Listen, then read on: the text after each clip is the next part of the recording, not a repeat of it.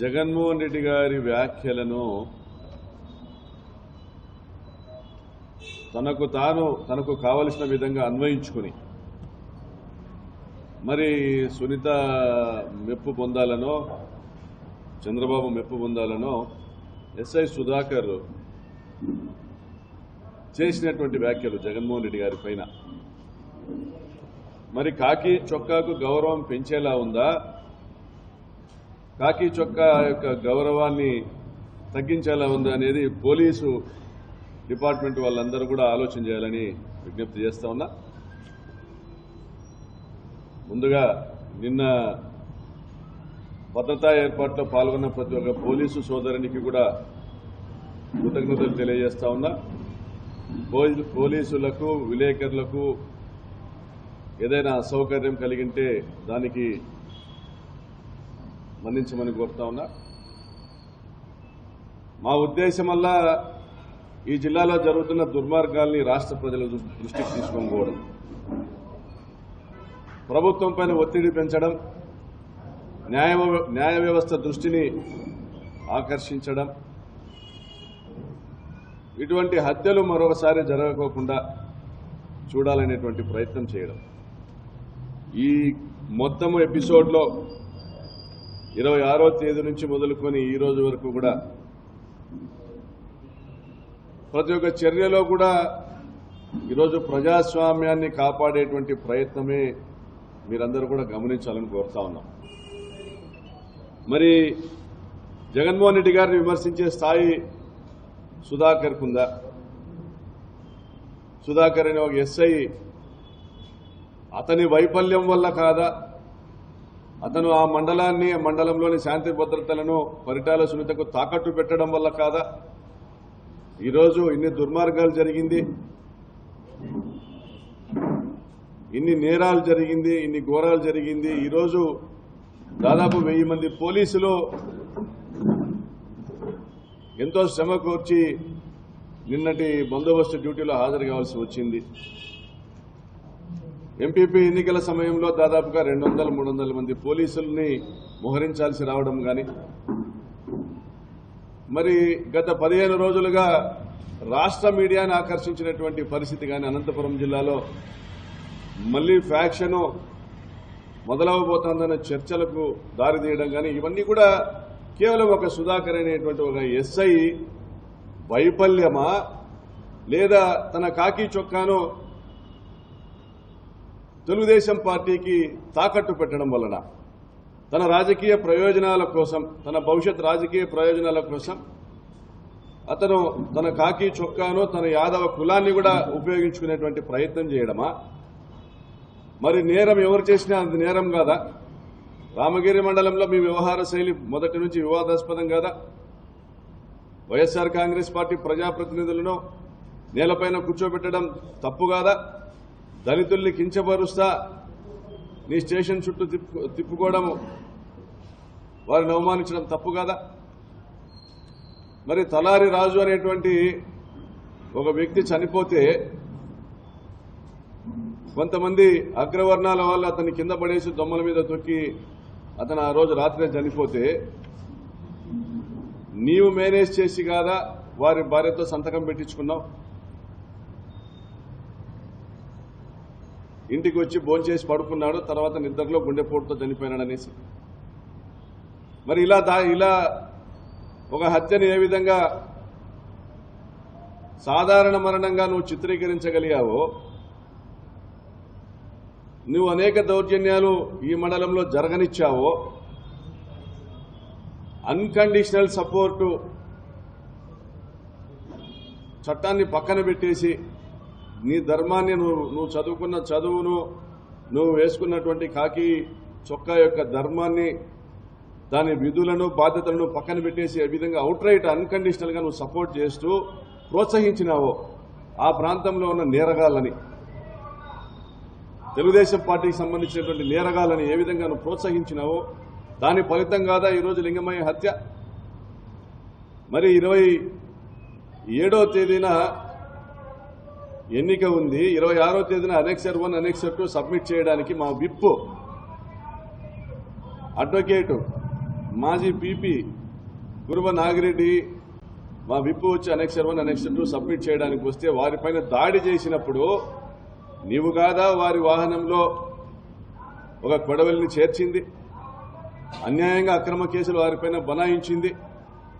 ఒక ఎలక్షన్ ప్రెమిసెస్లోకి పరిటాల సునీత సొంత గ్రామానికి సంబంధించినటువంటి ఒక ఎస్సీ వ్యక్తికి ఏమీ పని ఉంటుంది ఆ రోజు?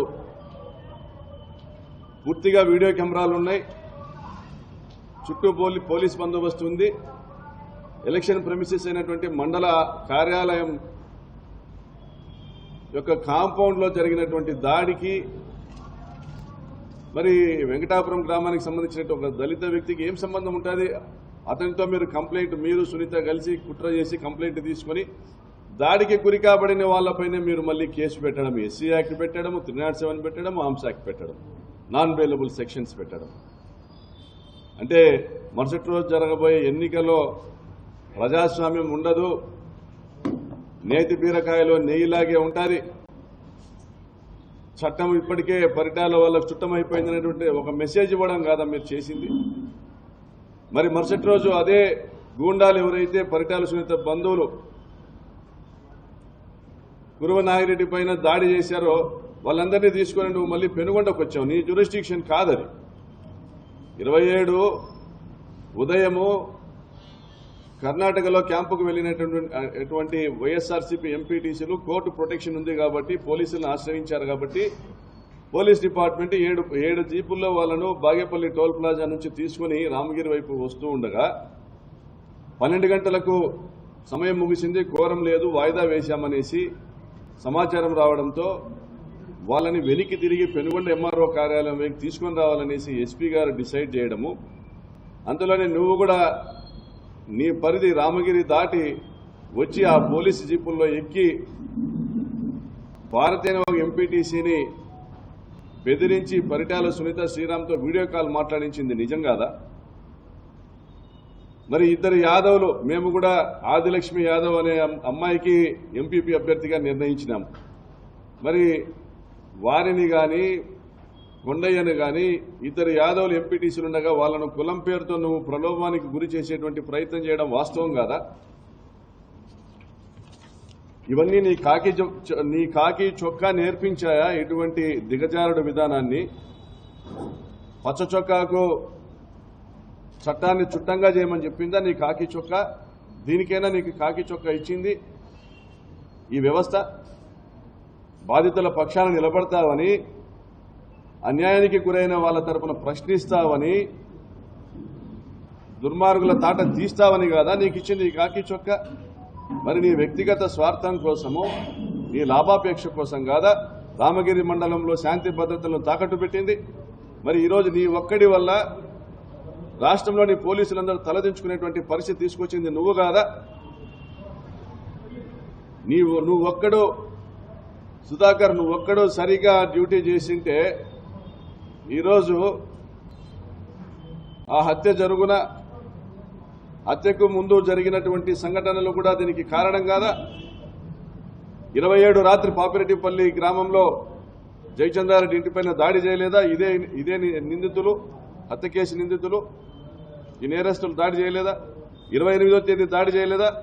మరి ఎక్కడ పోయినాయి నీ ధర్మపన్నాలు, నీ ధర్మ సందేశాలు ఎక్కడ పోయినాయి? ఏ మూలం దాక్కున్నాయి నీ ధర్మ సందేశాలు? నీ నిజాయితీ గురించి మాట్లాడేటువంటి మాటలు ఎక్కడ నక్కినాయి?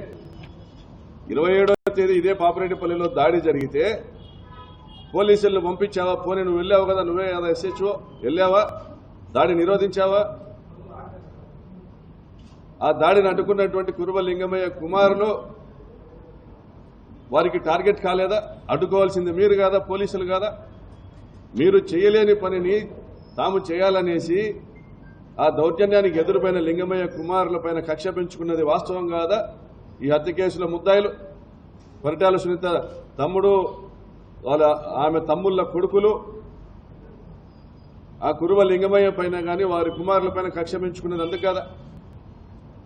మరి 27 దాడి జరిగి 28 దాడి జరిగి జయచంద్రారెడ్డి ఇంటిపైన నీ వైఫల్యం వల్ల 30వ తేదీ హత్య జరగలేదు అదే గ్రామంలో, లింగమయ్య హత్య జరగలే? మరి 28వ తేదీ పోలేపల్లి ఎంపీటీసీ కొడుకును ఇదే ముద్దాయిలు పిలిచి బెదిరించడం వాస్తవం కాదా? నువ్వు పోయి కొండయ్య గంతిమర్రి ఎంపీటీసీని బెదిరించడం వాస్తవం కాదా? ఇంత దిగజారాలనా సుధాకర్? ఎవరిని నమ్ముకొని నువ్వు చేస్తున్నావు? ఇది పరిటాల సునీత నీకు టికెట్ ఇప్పించేటువంటి సామర్థ్యం ఉందనుకుంటా ఉన్నావా? ఆమె పైన ఆమె అధిష్టానానికి నమ్మకం ఉందనుకుంటా ఉన్నావా? అవసరం తీరేంత వరకు చంద్రబాబు తర్వాత ఏ ప్రభుత్వం వచ్చినా ఆ ప్రభుత్వంతో చట్టపట్టాలు వేసుకుని పనులు చేసుకునే విధానం కాదు ఆమెది. ఆమె భర్త చంద్రబాబు నాయుడు గారిని తిట్టిన విషయం మీకు తెలిసినా, తిట్టే తిట్లు మీకు తెలిసినా, ఆమె భర్త కానీ ఆమె కుమారుడు కానీ మొన్న టికెట్ ఇవ్వలేదని బతికినప్పుడు ఆమె భర్త కానీ చంద్రబాబు నాయుడిని తొన్నినా కొడుకొని తిట్టినారు. చంద్రబాబు నాయుడిని తొన్నినా కొడుకొని తిట్టినారు పరిటాల కుటుంబం. ఎప్పుడు కూడా 4 గోడల మధ్య చంద్రబాబు నాయుడిని తిడుతుంది. వీళ్ళ ఉద్దేశం ఏంటంటే చంద్రబాబు నాయుడు వల్ల ఈ రాష్ట్రంలో తెలుగుదేశం పార్టీకి ఇమేజ్ లేదంట, పరిటాల రవి వల్ల ఈ రాష్ట్రంలో తెలుగుదేశం పార్టీకి ఇమేజ్ ఉందంట. ఇది వీళ్ళ అభిప్రాయం. మరి దీనికి అంతటికీ కారణం ఎవరు చెప్పను సుధాకర్.